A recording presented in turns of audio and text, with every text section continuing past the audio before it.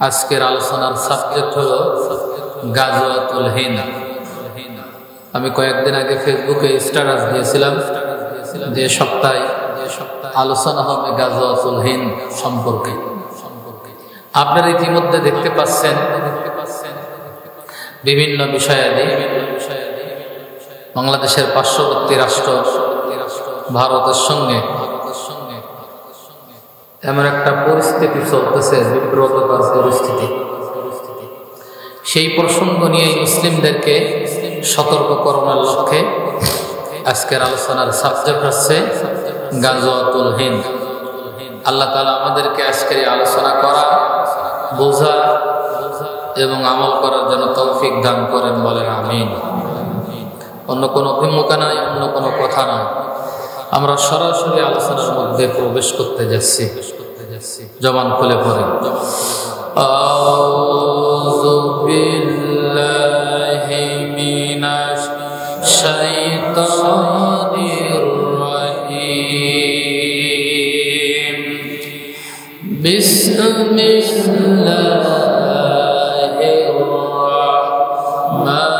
রাহমানির রাহিম। ইয়া আইয়ুহাল্লাযীনা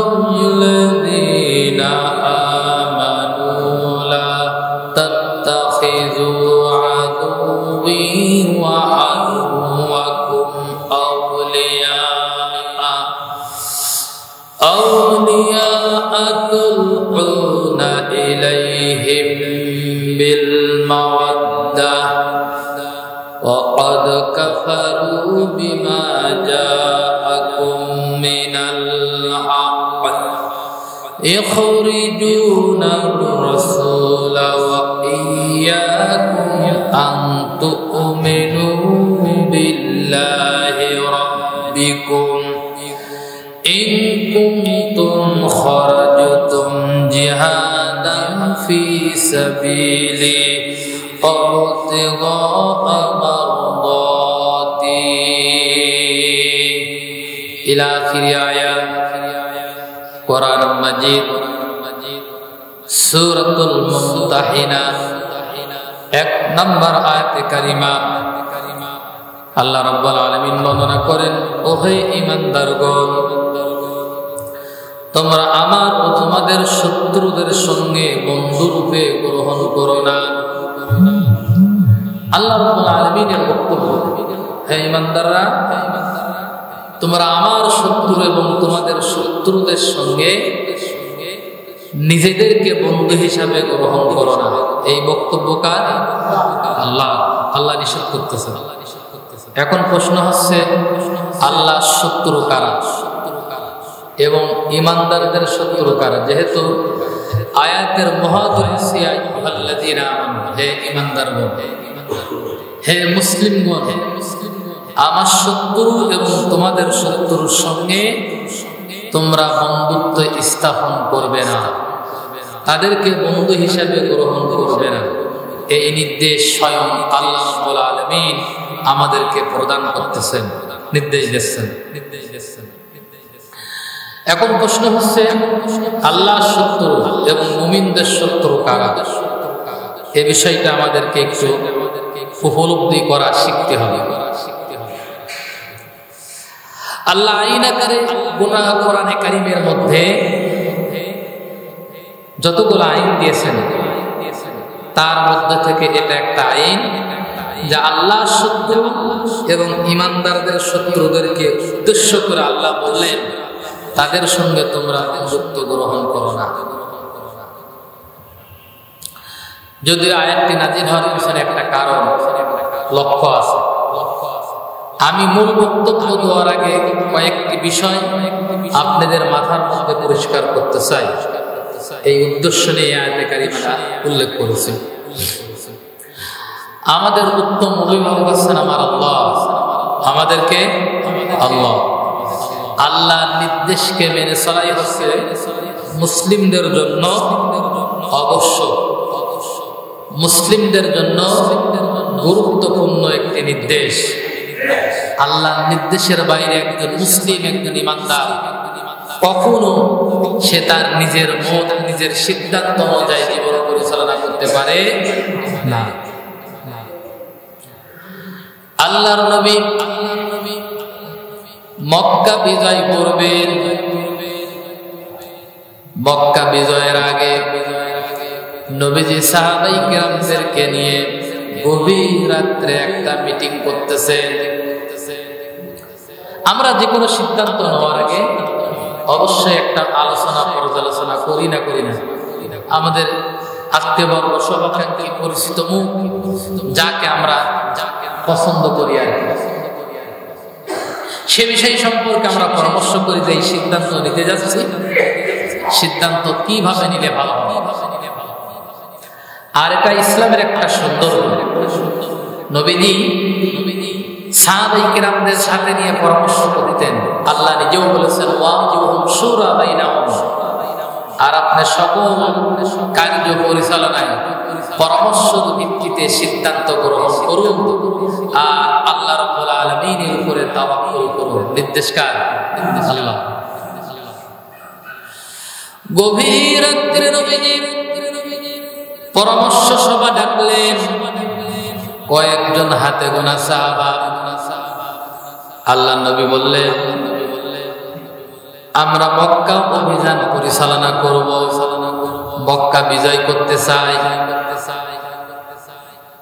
সকল প্রস্তুতি সম্পর্কে নবীজি সাহাবায়ে কেরামদের সঙ্গে নবীজি সাহাবীদেরকে বললেন, সাহাবীরা এই কথাটা তোমরা কাউকে বলবা না, এই কথাটা কাউকে বলবা না। ওই পরামর্শ সাহাবার মধ্যে একজন সাহাবা ছিলেন হযরত হাতিম বিন আবি বালদা রাদিয়াল্লাহু তাআলা আনহু। তার বাড়ি ছিল ইয়েমেনে। নবীজির নাম শোনা মাত্র মক্কায় হিজরত করে এসে সপরিবারে নবীজির হাতে হাত রেখে সপরিবারে ইসলাম কবুল করেছিলেন। আল্লাহ নবী নির্দেশ দিলেন হাতে মক্কা থেকে হিজরত করে মদিনায় চলে যাও। হযরত হাতিম বিন আবি বালদা রাদিয়াল্লাহু তাআলা আনহু স্ত্রী সন্তান আর পিতামাতাকে রেখে তিনি খালি হাতে মক্কা থেকে হিজরত করে মদিনায় চলে গেলেন। অষ্টম হিজরিতে মক্কা বিজয় হয়েছে। মক্কা বিজয়ের আগে এতদিন পর্যন্ত তার স্ত্রী সন্তান পিতামাতা মক্কায় অবস্থান করতেছিলেন।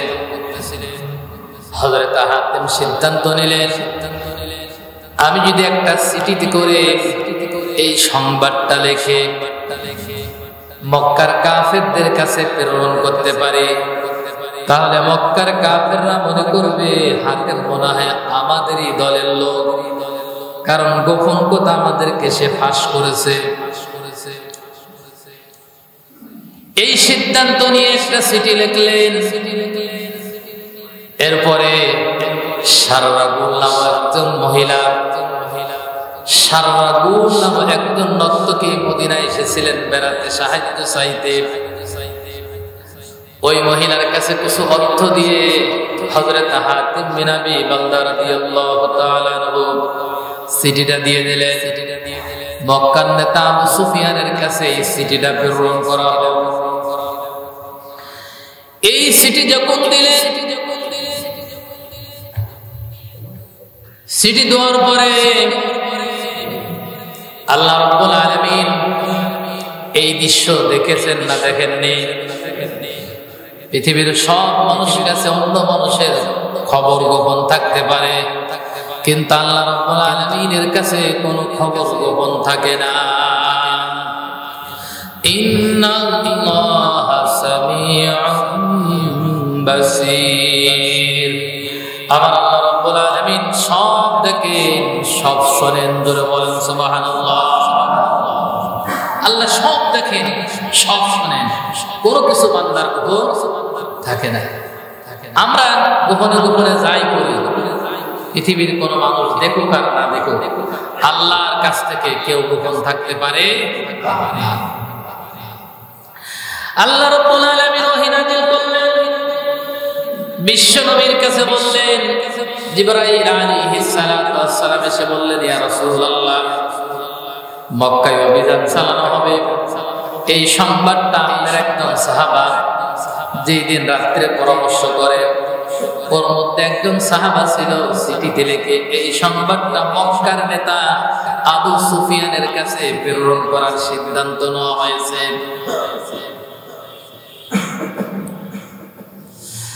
আল্লাহ নবী তিনজন সাহাবীকে নির্দেশ দিলেন, তাড়াতাড়ি খুব দ্রুত ঘোড়ায় সওয়ার হয়ে অমুক স্থানে যাবে, জায়গাটার নাম হচ্ছে রওজায়ে খাক। ওই জায়গায় যে একজন মহিলাকে তোমরা পেয়ে যাবে, ওই মহিলার কাছে একটা চিঠি আছে। আলী রাদিয়াল্লাহু তাআলা মহিলাকে লক্ষ্য করে বলতেছে, মহিলা, তোমার কাছে একটা চিঠি আছে, আমার দিয়ে দাও। মহিলা বলতেছে, আমার কাছে কোনো চিঠি নাই। বারবার অস্বীকার করছে। হযরত আলী রাদিয়াল্লাহু তাআলা বলেন, দেখো, আমার নবীজি কোনদিন মিথ্যা বলে না। বলেন সুবহানাল্লাহ। নবীজি মিথ্যা বলে না, কারণ আমার রাসূল বলেছেন তোমার কাছে চিঠি আছে, চিঠিটা দিয়ে দিতে হবে। মহিলা তখনও রাজি না। হযরত আলী রাদিয়াল্লাহু তাআলা বলতেছে, দেখো, চিঠি যদি না দাও তাহলে তোমাকে বিবস্ত্র করা হবে, চেকিং করা হবে। মহিলা এবার ভয় পেয়ে গিয়েছে, তার খোপার মধ্য থেকে চিঠিটা বের করে হযরত আলীর হাতে দিয়ে দিয়েছে। মহিলারা সারা জীবনে ভয়ঙ্কর, মহিলার সারা জীবনে কি ভয়ঙ্কর। ইন্নাহু লাকুম আদুউম মুবিন। শয়তানের ব্যাপারে আল্লাহ বলেছেন, শয়তান তোমাদের প্রকাশ্য দুশমন। শয়তান তোমাদের প্রকাশ্য দুশমন। আর মহিলাদের ব্যাপারে আল্লাহ বলেছেন, ইন্না কুন্না কাইদা আযীম। আল্লাহ রাব্বুল আলামিন বলেছেন, মহিলাদের চক্রান্ত অত্যন্ত কি ভয়ঙ্কর। তা আপনারা তো হারে হারে টের পাচ্ছেন নাকি? কি কর বোঝেন না আমার কথা? মহিলাদের চক্রান্ত অত্যন্ত ভয়ঙ্কর। তারা খুব নোংরা খেলা খেলতে পারে।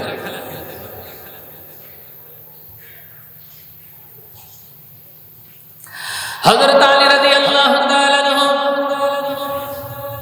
চিঠিটা নিয়ে নিলেন, মহিলাকে ছেড়ে দিলেন। আল্লাহর নবীর তিনজন সাহাবা চিঠিটা নিয়ে এসে বিশ্ব নবীর কাছে দিলেন। বিশ্ব নবী তেলাওয়াত করলেন, চিঠিটা পড়লেন। শেষে লেখা রয়েছে, হাতিম বিন আবি বালতা ইতি। আমরা চিঠি লেখার সময় যে বলেছি ইতি এরকম নিচে হস্তক্ষেপ করা হয়েছে, ইতি হাতিম বিন আবি বালতা। হযরত ওমর রাদিয়াল্লাহু তাআলা পাশেই দাঁড়িয়ে আল্লাহর নবীকে লক্ষ্য করে হযরত ওমর বলতেছে, ইয়া রাসূলুল্লাহ, অনুমতি নেওয়ার কোনো প্রয়োজন নেই, হাতেমের কাছে কোনো কিছু জিজ্ঞাসার প্রয়োজন নেই, আপনি আমাদেরকে অনুমতি দেন, এক্ষুনি তরবারি দিয়ে হাতেমের শরীর থেকে গর্দানটা আলাদা করে দেব। কারণ মুসলমানদের সামরিক তথ্য ভিন্ন দেশে পাচার করা এটা হারাম। এটা কি এর ইসলামী শরিয়াতের দণ্ডনীয় অপরাধ, দণ্ডনীয় অপরাধ। ইসলামী শরিয়াতে ওর রায় হচ্ছে সরাসরি মৃত্যুদণ্ড। এটা এখনো সামরিক বিভাগে বলবৎ আছে। সামরিক বিভাগের কোনো কার্যক্রম অন্য দেশে পাচার করলে রাষ্ট্রীয় আইনে, সামরিক আইনে সাথে সাথে তাকে মৃত্যুদণ্ড কার্যকারী হয়ে যাবে। এটা যখন কোন সেনাবাহিনী প্রশাসনকে যখন শপথ বাক্য পাঠ করানো হয়, দায়িত্ব দেওয়া হয়, তার কাছ থেকে আমানতের দায়িত্ব সম্পর্কে শপথ বাক্য পাঠ করানো হয় যে মুসলিমদের এই দেশে কোন সামরিক তথ্য অন্য কোনো জায়গায় প্রকাশ হবে না। আর এটা প্রকাশ হওয়ার সাথে সাথে তাকে কতল করে ফেলা হবে। এটা কোরআনের নির্দেশ, প্রচলিত আইনের একটা নির্দেশ। হযরত ওমর রাদিয়াল্লাহু তাআলা বারবার বলতেছেন, ইয়া রাসূলুল্লাহ, হাতেমকে জিজ্ঞাসা করার কোনো প্রয়োজন নেই, আপনি আমাকে অনুমতি দিয়ে দেন, এখনই হাতেমের শরীর থেকে মাথা গর্দান আলাদা করে ফেলবো। আল্লাহ নবী হযরত ওমরকে বললেন, ওমর শান্ত হও। হযরত হাতেম হচ্ছে বদরি সাহাবী। কোন সাহাবী? বদরি সাহাবী। আল্লাহ রাব্বুল আলামিন বদরি সাহাবীদের ব্যাপারে বলেছে, তাদের পিছনের গুনাহ, সামনের গুনাহ আল্লাহ তাআলা সব মাফ করে দিয়েছে। যারা বদরের যুদ্ধে অংশগ্রহণ করেছিলেন 313 জন সাহাবা, এই 313 জন সাহাবার পিছনের গুনাহ, সামনের গুনাহ আল্লাহ কি করেছেন? মাফ করে দিয়েছেন।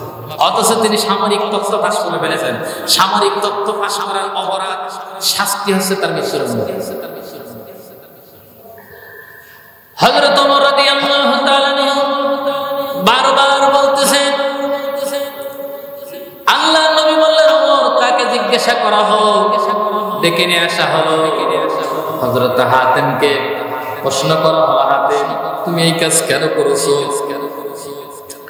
হযরত হাতেম বলতেছেন, ইয়া রাসূলুল্লাহ, আমার বাড়ি এই দেশে নয়, আমার বাড়ি হচ্ছে ইয়েমেনে। কোন জায়গায়? ইয়েমেনে।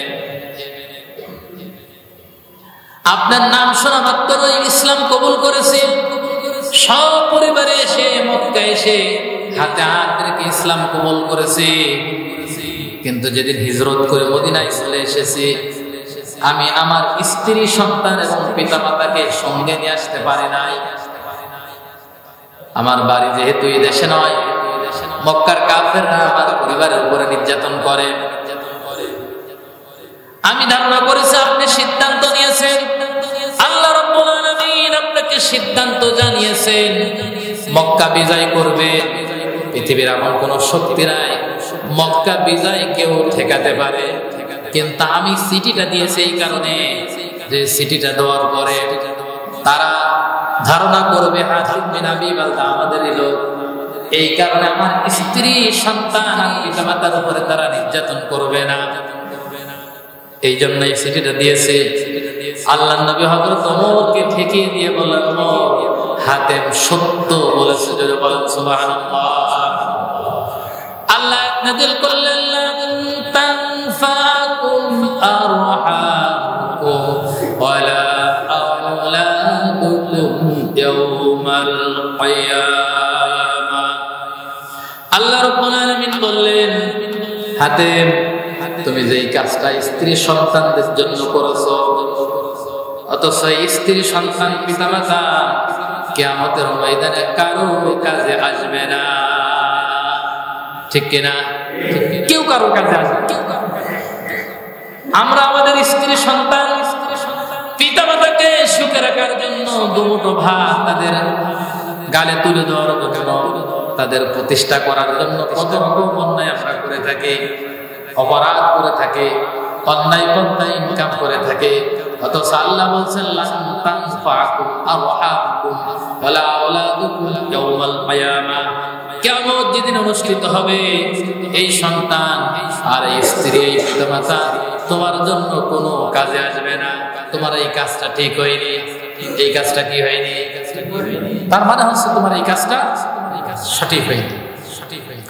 কিন্তু আল্লাহ রাব্বুল আলামিনের নির্দেশ ছিল বিধায় হযরত হাতেম কিন্তু বেঁচে গিয়েছেন মৃত্যুদণ্ড থেকে। কিন্তু আল্লাহ রাব্বুল আলামিন ওই ঘটনাকে লক্ষ্য করে তাম পৃথিবীর ঈমানদারদেরকে উদ্দেশ্য করে বলে দিয়েছেন, ইয়া আইয়ুহাল্লাযীনা আমানু লা তাত্তাখিযু আদুওয়ি ওয়া আদুওয়াকুম আওলিয়া তুলকুনা ইলাইহিম বিল মাওয়াদ্দা। ওহে ঈমানদাররা, আমার শত্রু এবং তোমাদের শত্রুর সঙ্গে কোনদিন তোমরা বন্ধুত্ব স্থাপন করতে পারবে না। ঘোষণা কার? এখন আল্লাহর শত্রু আর মুসলমানদের শত্রু কারা, এটা জানা লাগবে। আল্লাহর শত্রু এই পৃথিবীতে দুইটা জাতি। কয়টা জাতি? মুসলমানদের শত্রু এই পৃথিবীতে দুইটা জাতি।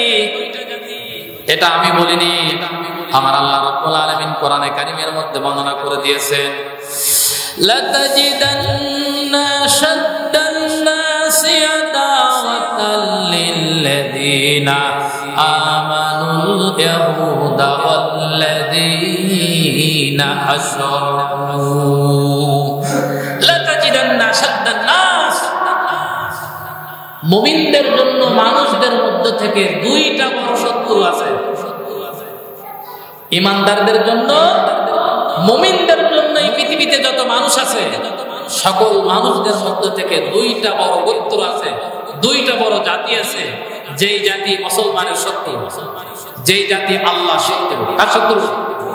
এগুলো নিজে যেমন শিখতে হবে, মাথার মধ্যে এই চিন্তা এবং চেতনা যেমন রাখতে হবে, ঠিক অনুরূপ ভাবে আমার সন্তান, আমার ভবিষ্যৎ প্রজন্মকে এই সিদ্ধান্ত তাদেরকে শিখাই দিতে হবে। কারণ আল্লাহ যেটা আমাদেরকে, আল্লাহ যেটা নির্ধারণ করে দিয়েছেন তার বাইরে যাওয়ার কোনো সুযোগ আছে? আরো ধরে বলেন, আছে? নেই। আপনি তার বাইরে যে সিদ্ধান্ত নিয়ে বন্ধুত্ব স্থাপন করতে যাবেন, ইসলাম যেমন এটা অনুমোদন দেয়নি, আল্লাহ রাব্বুল আলামিনের বন্ধুত্ব থেকে আপনি খারিজ হয়ে যাবেন।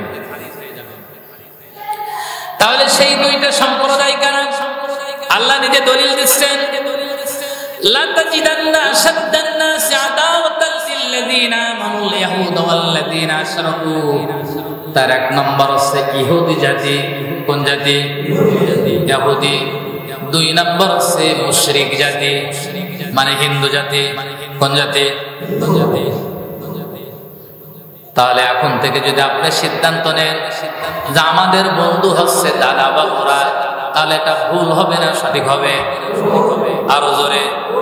এটা পৃথিবীর কোন সিদ্ধান্ত না, আমি বানাইনি, আমার আল্লাহ দিয়েছেন। কে দিয়েছেন? এটা আল্লাহর সিদ্ধান্ত। আল্লাহ নিজে বলতেছেন এই পৃথিবীতে মুসলিম জাতির জন্য, ঈমানদারদের জন্য দুইটা বড় জাতি আছে, যেটা আমারও শত্রু, তোমাদেরও শত্রু। ওরা কোনদিন মুসলমানের কল্যাণ চায়। আপনি 52 বছর দেখলেন না, তারা দোয়া চাইতে বেশি নেছে, ঠিক কিনা? বিএনপির মতন এত বড় একটা বৃহত্তম দলকে রাজনীতি থেকে মাইনাস করেছে তাদের চক্রান্তের কারণে, ঠিক না? আপনি রাজনীতি বোঝেন কিছু? সামান্য একটা জিনিস, এটা লক্ষ কোটি কোটি টাকা না, কয়েকটা টাকার জন্য বিএনপি চেয়ারপারসনের নামে মামলা, এরকম হাজার হাজার হাজার হাজার চক্রান্ত আপনারা দেখেছেন। প্রিয় ভাইরা আমার, এই সিদ্ধান্ত নিয়ে যেতে হবে।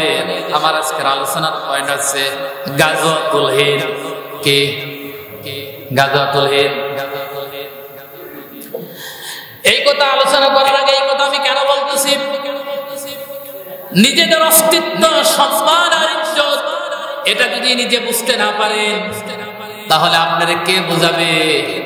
আমার আল্লাহ রাব্বুল আলামিন যারা হাজার বছর আগে নবীজির কাছে এই উত্তর দিয়ে দিয়েছে, শুধু নবীজির কাছে দেননি, আজ থেকে 5000 বছর আগে হযরত ইব্রাহিম আলাইহিস সালাতু ওয়াস সালাম, মুসলিম মিল্লাতের জাতির পিতা, যিনি আমাদের জন্য আদর্শ, নবীজু আমাদের জন্য আদর্শ।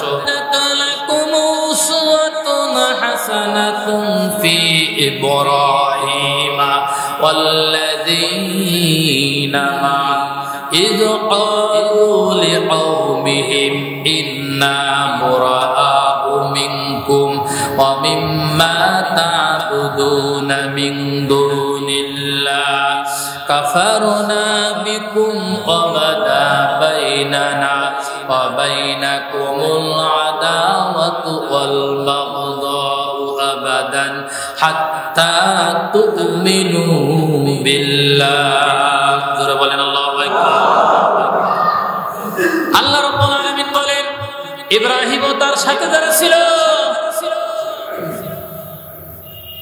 তাদের মধ্যে তোমাদের জন্য রয়েছে উত্তম আদর্শ।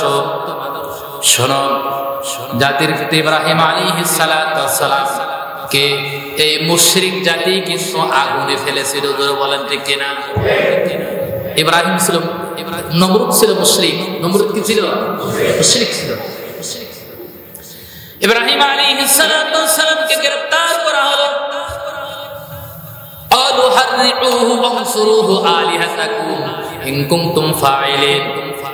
তার রাজ দরবারে ধর্মীয় মৌলবী যারা ছিল, ধর্মীয় পুরোহিত যারা ছিল, ইব্রাহিমের বিরুদ্ধে মামলা দায়ের করেছে এবং নমরুদকে ফুসলিয়ে বলেছে, ইব্রাহিমের ব্যাপারে যদি সিদ্ধান্ত না নাও তাহলে তোমাদের আলেহাদেরকে বাঁচাতে পারবে না। এখানে আলেহা মানে মূর্তি, আলেহা মানে কি? তোমাদের আলেহাদেরকে যদি বাঁচাতে চাও তাহলে ইব্রাহিমের ব্যাপারে সিদ্ধান্ত নিতে হবে।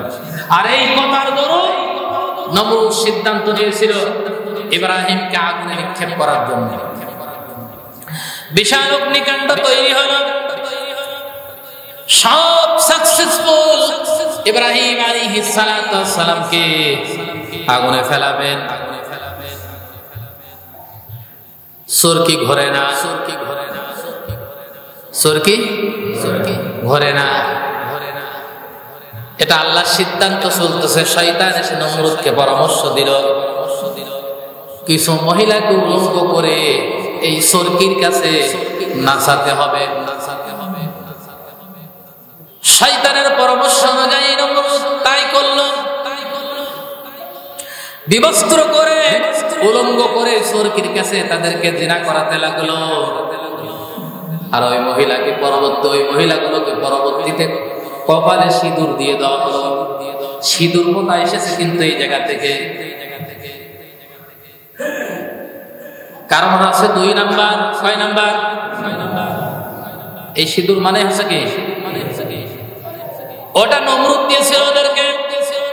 কারণ যখন জাতির সামনে উলঙ্গ করে দেওয়া হয়েছে, ওদেরকে এরকম তিলুকসটা লাগিয়ে দেওয়া হলো। সরকে ঘুরতে শুরু করলো। ইব্রাহিম আলাইহিস সালাতু ওয়াস সালাম ভিতরে চলে গেলেন, কিন্তু আগুন কথা শুনে কেবলমাত্র কার? এখানে একটা শিক্ষা আছে। লক্ষ্য করে তাকিয়ে দেখলেন একটা ব্যাঙ দৌড়াচ্ছে অগ্নিকাণ্ডের দিকে। জিবরাইল জিজ্ঞাসা করে, ব্যাঙ কোথায় যাও? ব্যাঙ বলতেছে, আমি প্রসাবের মাধ্যমে নমরুদের অগ্নিকাণ্ডকে নিভাতে চাই। হযরত জিবরাইল বলে, তোমার প্রসাব দিয়ে কি অগ্নিকাণ্ড নেবে নাকি? ব্যাঙ বলতেছে, আমি জানি নেবে না, তবে এতটুকু প্রচেষ্টা আমার ছিল যে আমি ইব্রাহিমের পক্ষে আছি। জোরে বলেন সুবহানাল্লাহ। আল্লাহ রাব্বুল আলামিন ওই দিন থেকে ব্যাঙের প্রসাবকে পাক করে দিয়েছেন। ব্যাঙ যদি আপনার গায়ে প্রসাব করে তাহলে আপনিও পবিত্র হবেন না। এজন্য ইসলামের পক্ষে থাকলে কিয়ামতে নাজাত পাওয়া যাবে। জোরে বলেন সুবহানাল্লাহ। ইসলামের বিপক্ষে থাকলে কিয়ামতে যত বড় মৌলবী আপনি হন না কেন, কিয়ামতে ধরা পড়ে যাবেন। শুধু ব্যাঙ প্রসাব করার কারণে, পক্ষ থাকার কারণে আল্লাহ তাআলা ব্যাঙের প্রসাবকে পাক করে দিয়েছেন। চিত্রের বিপরীত দেখলেন একটা কাংলাস ফু দিচ্ছে। জিবরাইল জিজ্ঞাসা করলেন, কাংলাস ফু দাও কেন? বলল, আমার মালিককে খুশি করতে চাই, আমি মালিকের পক্ষে দেখাতে চাই, আমি ফু দিয়ে আগুন জ্বালাতে চাই। কাংলাস ছিল নমরুদের পক্ষে। আল্লাহ নবী বললেন, জিবরাইল পৃথিবীবাসীকে সরিয়ে দাও। সাহাবায়ে কেরামদেরকে বললেন, এই কাংলাস যেখানে পাওয়া যাবে, কোন ব্যক্তি যদি এক ধাইতে মেরে ফেলতে পারে, আল্লাহ রাব্বুল আলামিন তার আমলনামায় 10টা নেকি লিখে দেবেন। প্রিয় ভাইরা আমার, এটা আমার বলার উদ্দেশ্য নয়, শিক্ষা আসলে তাই বললাম। ইব্রাহিমকে 40 দিন যাবত পর্যন্ত অগ্নিকাণ্ডের মধ্যে ফেলে রাখা হয়েছিল। অগ্নিকাণ্ডটা ইব্রাহিমের জন্য আরামদায়ক ফুল বাগান, জান্নাতি বাগান বানিয়ে দিয়েছিলেন কে? ইয়া নারু কুনি বারদান ওয়া সালামান আলা ইব্রাহিম।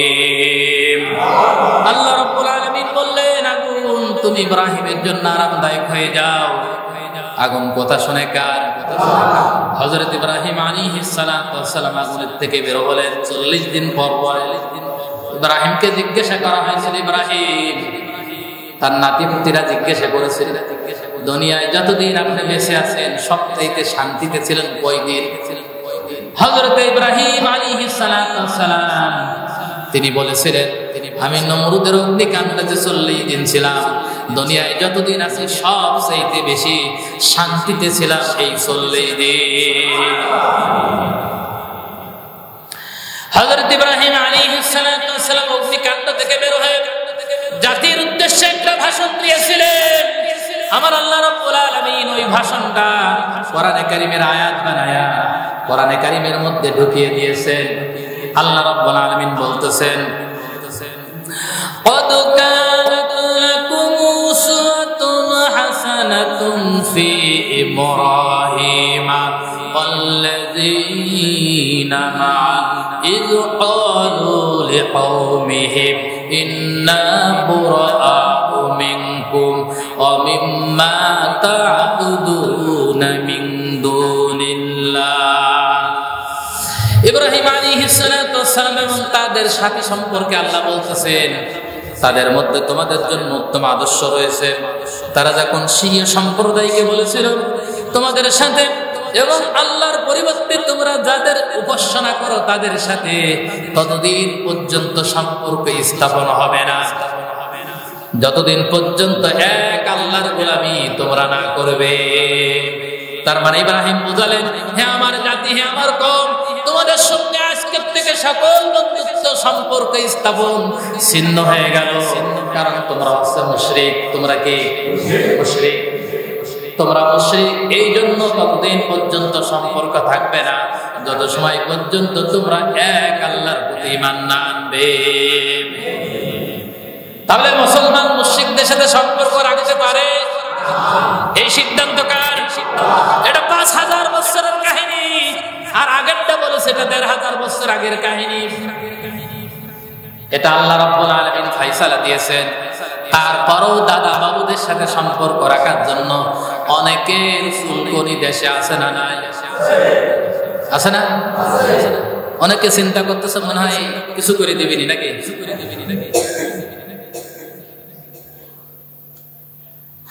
আল্লাহ সিদ্ধান্ত নেন, আল্লাহ রাব্বুল আলামিনের ফয়সালা নেন, এটা আমাদের জন্য উপকার। এক ফকির, এক বুজুর্গ ব্যক্তি কথা বলতেছে একটা কুত্তার সাথে। কিসের সাথে? কুত্তার সাথে। কুত্তাকে লক্ষ্য করে বলতেছে, কুত্তা, তোর উপর আমার 3টা অভিযোগ আছে।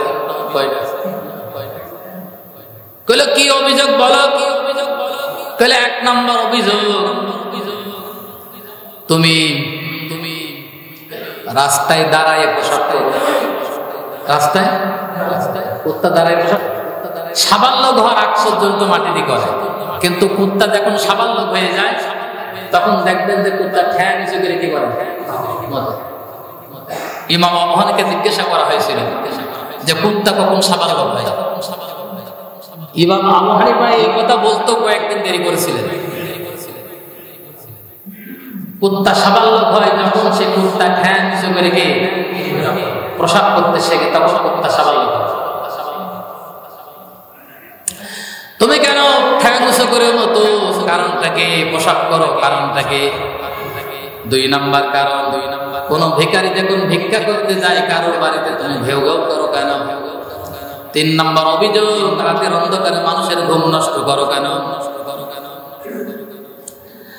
কুত্তা যখন বুজুর্গ ব্যক্তিকে বলতেছে 1 নম্বর কারণ হচ্ছে আমি ঠ্যাং উঁচু করে মাটিতে পোশাক না করে কোন গাছে পোশাক করে, কোন দেওয়ালে পোশাক করে, এটা একটা কারণ আছে। কারণটা হচ্ছে জমিনটা হচ্ছে আল্লাহ। জমিন কার? এই জমিন আল্লাহর বান্দারা সিজদা দেবে, আমার পোশাকের কারণে যেন নাপাক না হয়ে যায়। 2 নম্বর কারণ, ফকির দেখলে আমি এত তাড়া করে আসি কেন? কারণ ফকির আল্লাহর কাছে না আসে, মানুষের কাছে চায়। ঠিক কিনা? রিজিকের মালিককে আরো জোরে, রিজিকের মালিক হচ্ছে আল্লাহ। যদি আল্লাহর কাছে চাই, আল্লাহ রাব্বুল আলামিন ওই বাড়ি আলার চাইতে বেশি দিতে পারে। যদিও ভিক্ষা করা যায় তবে তার নিকৃষ্ট কাজ। পৃথিবীর বুকে দুইটা কাজ আছে, যদিও জায়েজ করে দেওয়া হয়েছে। একটা হচ্ছে তালাক, তবে ওটা নিকৃষ্ট কাজ। আর একটা হচ্ছে ভিক্ষাবৃত্তি, এটাও নিকৃষ্ট কাজ, যদি এটা চাই। আমি এই জন্য ঘেউ ঘেউ করি, ভিখারিকে বোঝাই যে ভিখারি, মানুষের কাছে চাওয়ার দরকার নাই, হাত পাতার দরকার নাই। তোমাকে যে সৃষ্টি করেছে তার কাছে চাও, তার কাছে চাও, এর চাইতে তুমি বেশি পেয়ে যাবে। 3 নম্বর কারণ আছে, রাত্রে আমি ঘেউ ঘেউ করি এই কারণে, মানুষ সারাদিন গুনাহ করে, গুনাহ করার পরে নাক ডেকে ঘুমায়। আমি চাতন করার জন্য ঘেউ ঘেউ করে জাগতে, ও ঘুমের থেকে উঠে ওযু করে সিজদায় করে সারাদিনের গুনাহের জন্য আল্লাহ রাব্বুল আলামিনের কাছে ক্ষমা চাইতে পারে। জোরে বলেন সুবহানাল্লাহ। কুত্তার একটা বোধ শক্তি আছে না নাই? 13টা গুণ আছে কুত্তার। ওই 13টা গুণ যদি কোনো মানুষের মধ্যে থাকে, তাহলে আল্লাহর একজন বুজুর্গ ব্যক্তি বলেছেন ওই ব্যক্তিটা আল্লাহর নেককার বান্দা হয়ে যেতে পারে। 13টা বৈশিষ্ট্য আছে কুত্তার। আমি এই কথাটা বলার কিন্তু রাখবেন, আমি এই কথাটা বলছি না, দরকার নেই বলার। প্রিয় ভাইরা আমার, বুঝ শক্তি থাকা লাগবে। যিনি আমাদেরকে সৃষ্টি করেছেন, গোলামি হবে কেবলমাত্র তার, ঠিক কিনা? তার নির্দেশ অনুযায়ী চলতে হবে, চালাতে হবে। এই সিদ্ধান্ত দিয়ে আমাকে আপনাকে দুনিয়ায় প্রেরণ করেছেন। প্রিয় ভাইরা আমার, বিশ্বনবী 1000 বছর আগে বলে দিয়েছেন আমার উম্মতের 2টা দলের উপরে জাহান্নাম চিরদিনের জন্য হারাম হবে। কয়টা দল? দেখেন তো, এই 2টা দলে যদি পেয়ে যান তাহলে শরীক হতে পারেন কিনা? আল্লাহ নবী 1000 বছর আগে বলে দিয়েছেন। সুনানে নাসাই 6 নম্বর খণ্ড 42 নম্বর হাদিসের মধ্যে দেখবেন আছে, আল্লাহ নবী বলে দিয়েছেন আমার উম্মতের জন্য 2টা দল আছে, ওই 2টা দলের উপরে জাহান্নাম চিরদিনের জন্য হারাম। যুদ্ধ হচ্ছে 2 প্রকার। কয় প্রকার? আল্লাহ নবী বলেছেন একটা হচ্ছে গাজওয়া আর একটা হচ্ছে সারিয়া। গাজওয়া শব্দের শাব্দিক অর্থ আছে স্বয়ং বিশ্বনবী যেই যুদ্ধে উপস্থিত ছিলেন ওই যুদ্ধের নাম হচ্ছে গাজওয়া। আর যেই যুদ্ধ নবী উপস্থিত না থেকে অন্য সাহাবাকে কমান্ডার ইন চিফ করেছিলেন ওই যুদ্ধের নাম হচ্ছে সারিয়া। নাম কি? অথচ 1500 বছর আগে নবীজি হিন্দুস্তানের সাথে মুসলমানদের যুদ্ধ হবে, ওই যুদ্ধকে গাজওয়াতুল হিন্দ বলেছেন। অথচ নবীজি কিন্তু থাকবেন না, ঠিক কিনা? গাজওয়া মানে হচ্ছে নবীজি উপস্থিত থাকা। অথচ 1500 বছর পরে এসে 1500 বছর আগে নবীজি ভবিষ্যৎবাণী করে গিয়েছেন আমার উম্মতের 2টা দল সামনে পাওয়া যাবে, ওই 2টা দলের জন্য জাহান্নাম হারাম, জান্নাতকে আল্লাহ রাব্বুল আলামিন ওয়াজিব করে দিয়েছেন। তার একটা হচ্ছে গাজওয়াতুল হিন্দ। ভবিষ্যতে মুসলমানদের সাথে হিন্দুস্তানের সবচাইতে বড় ধর্মযুদ্ধ হবে। কি যুদ্ধ হবে? আমরা এই কয়েকদিন ধরে দেখতেছি এই দেশে ধর্মীয় সংঘাত সৃষ্টি করার জন্য যে পায়তারা চলতেছে, মুসলমানরা কিন্তু সজাগ আছে, ঠিক কিনা? তাদের পাতা ফাঁদে অবশ্যই পা দেবে না। তবে এই কথা স্পষ্ট জেনে রাখেন, অবশ্যই আমার নবীর কথা সত্য। আমার নবী 1000 বছর আগে বলে গিয়েছেন হিন্দুস্তানের সঙ্গে মুসলমানদের যুদ্ধ হবে। ওই যুদ্ধে যারা অংশগ্রহণ করবে আর যারা মৃত্যুবরণ করবে, একটা লোক জাহান্নামে যাবে না, সব লোক বিনা হিসাবে জান্নাতে যাবে। যারা বলেন সুবহানাল্লাহ। যদি ওই যুদ্ধে এসে যায়, আমরা কি সেখানে উপস্থিত হতে রাজি আছি নাকি? আছেন? তিতুমিরের বাঁশের কিল্লা নিয়ে হাতে নিয়ে আমরা সেখানে উপস্থিত হতে রাজি আছি। আগামী দিনে এরকম উপস্থিত থাকবেন ইনশাআল্লাহ। কারণ আমরা জান্নাত চাই। কি চাই? আমরা জীবনের ভাই কোনোদিনও করি না। বাড়ির থেকে বের হওয়ার সময় জীবনকে আল্লাহর হাতে সুপর্দ করে রাস্তায় বের হই আমরা। আপনি বোঝেন না বিষয়গুলো? প্রিয় ভাইরা আমার, আল্লাহ নবী যেহেতু বলেছেন কথাটা সত্য, এমন একদিন আসবে গাজওয়াতুল হিন্দ অনুষ্ঠিত হবে, হিন্দুস্তানের সাথে মুসলমানদের যুদ্ধ হবে। আল্লাহ নবী বলেছেন ওই দিন ওই যুদ্ধই মুসলমানরা বিজয় লাভ করবে। ওরা আমাদের দেশকে কেড়ে নিতে চায় না। আমরা আবার বলতেছি পৃথিবীর মানচিত্র পরিবর্তন হবে। মুসলমানরা আগামী দিনে ভারতের নেতৃত্ব দেবে, যারা বলেন ঠিক কিনা? খুব বেশি দিন দেরি নাই, এটা রাসূলের ভবিষ্যৎবাণী। কোন জায়গা আমি তাও ঠিকানা দিয়ে দিচ্ছি, দেখেন সুনানে নাসাই ৬ষ্ঠ নম্বর খণ্ড ৪২ নম্বর হাদিসের মধ্যে দেখবেন আছে। ওরা আমাদের দেশ কেড়ে নিতে চায়, সেটা অবশ্যই কোনোদিন হবে না। ওই ভারতবর্ষ একদিন মুসলমানদের হাতে ছিল, আবার ভারতবর্ষ মুসলমানরা একদিন শাসন করবে ইনশাআল্লাহ।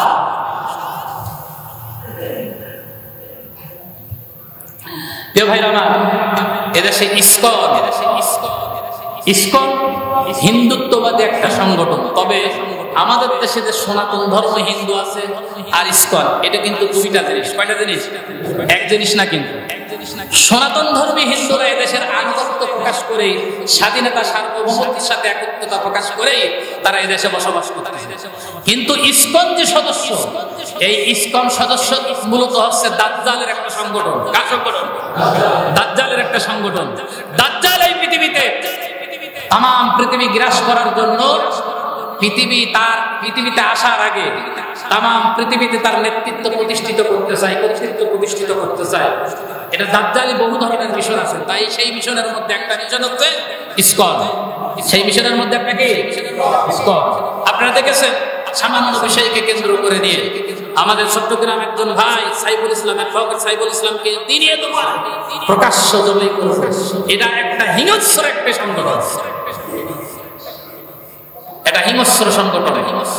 আমাদের মুসলমান ভাইদের মধ্যে এই প্রস্তুতি থাকতে হবে। অনেকেই বলে যে আমার হুজুর এত বড় হুজুর, এত বড় আল্লাহওয়ালা, যে একটা মুরগি জবাই করতেও কি হয়, ভয় পায়। অথচ মুসলমানদের এটা হওয়া উচিত নয়। আজকে সামরিক বাহিনীর পক্ষ থেকে প্রস্তাব এসেছে সকল স্কুল প্রতিষ্ঠানে, কলেজ, ইউনিভার্সিটির সকল ছাত্র ছাত্রীদেরকে সামরিক প্রশিক্ষণ দেওয়া হোক। আমরা এই ব্যাপারে এখান থেকে সমর্থন দান করতেছি, জোরে বলেন সুবহানাল্লাহ। মুসলমান, প্রতিটা মুসলমান সামরিক প্রশিক্ষণে প্রশিক্ষিত থাকবে, এটাই হচ্ছে আল্লাহ রাসূলের নির্দেশ। কারণ আগামী দিনে হিন্দুস্তানের সাথে যুদ্ধ করতে হলে মুসলমানদের দরকার আছে না নাই? আছে। এটা ভালো জিনিস, এই প্রস্তাবকে আমরা সাধুবাদ জানাই। প্রিয় ভাইরা আমার, দাজ্জাল এই পৃথিবীতে আসবে, তার প্রথম দিন হবে 1 বছরের সময়। কয় বছরের? দ্বিতীয় দিন হবে 1 মাসের সময়, তৃতীয় দিন হবে 1 সপ্তাহের সময়, আর বাদ বাকি দিন হবে কে? আমাদের এই দিনের মতন 24 ঘন্টার সময়। আমরা এই দাজ্জালকে হত্যা করবে হযরত ঈসা আলাইহিস সালাতু ওয়াস সালাম। আমি দুইটা দলের কথা প্রথমেই বলেছি, দুইটা দল জাহান্নামে যাবে না। গাজওয়াতুল হিন্দ, হিন্দুস্তানের সঙ্গে যে যুদ্ধ হবে, এই যুদ্ধের শেষের দিকে নেতৃত্ব দেবেন ইমাম মেহেদী আলাইহিস সালাতু ওয়াস সালাম। এই সৈন্যবাহিনী ইমাম মেহেদীর সঙ্গে তারা মিলিত হবে। আর দাজ্জালকে হত্যা করার জন্য এই দলই পরবর্তীতে হযরত ঈসা আলাইহিস সালাতু ওয়াস সালামের সাথে মিলিত হবে। এই ঈসা আলাইহিস সালাতু ওয়াস সালামের গ্রুপ আর ইমাম মেহেদীর এই গ্রুপ, গাজওয়াতুল হিন্দের যারা নেতৃত্ব দেবে এই গ্রুপ, কোনদিন জাহান্নামে যাবে না, তারা বিনা হিসাবে কোথায় যাবে? এটা আমার রাসূলের ভবিষ্যৎবাণী। কার ভবিষ্যৎবাণী? রাসূলের ভবিষ্যৎবাণী কখনো মিথ্যা হতে পারে? যদি এরকম দিন যদি আগামী দিনে আসে আমাদের দেশে, হে মুসলমান ভাইরা, জান্নাতে যাওয়ার জন্য সবসময় সুযোগ আসে না, আসে নাকি? আসে না। এই সুযোগটাকে কাজে লাগানোর জন্য চেষ্টা করবেন। দুনিয়ায় গাড়ি বাড়ি সব পড়ে থাকবে, আমরা চাই জান্নাত। আমরা কি চাই? আমাদের মূল বাড়ি হচ্ছে জান্নাত। আমাদের আদি পিতা ছিলেন জান্নাতে, সেখান থেকে বের করে দেওয়া হয়েছিল। আল্লাহ বলেছেন দুনিয়ায় পাঠালাম, দুনিয়ায় কাজ করবে, আমার একদিন এই জান্নাতে তোমাদের কি করা হবে? নিয়ে আসা হবে। আমরা আমাদের সেই বাড়িতে যেতে চাই। আল্লাহ তাআলা যেন কবুল করেন, জোরে বলেন আমিন।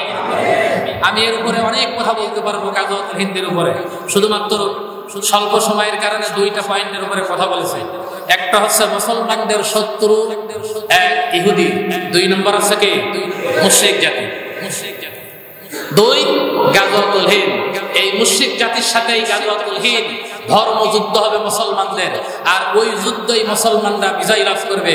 যারা শাহাদাত বরণ করবে প্রত্যেকটা লোকই বিনা হিসাবে জান্নাতে যাবে। এটা আমার রাসূলের ভবিষ্যৎবাণী। আল্লাহ তাআলা যদি আমাদের সশক্তকে এই যুদ্ধ দেখান, আমরা যাতে ওই যুদ্ধ অংশগ্রহণ করে শহীদের মর্যাদা নিয়ে, এবং যারা গাজী হবে, যারা মৃত্যুবরণ করবে না, যারা বেঁচে আসবে, তারাও বিনা হিসাবে জান্নাতে যাবে। শুধু শহীদরা না, যারা গাজী হিসাবে ফেরত আসবে তারাও কি জান্নাতে যাবে। এই যুদ্ধে যাতে আমরা সশরীরে উপস্থিত হতে পারি, যদি আমাদের জীবদ্দশায় তা হয়ে থাকে, আল্লাহ তাআলা আমাদের সবাইকে যেন কবুল করেন। জোরে বলেন আমিন।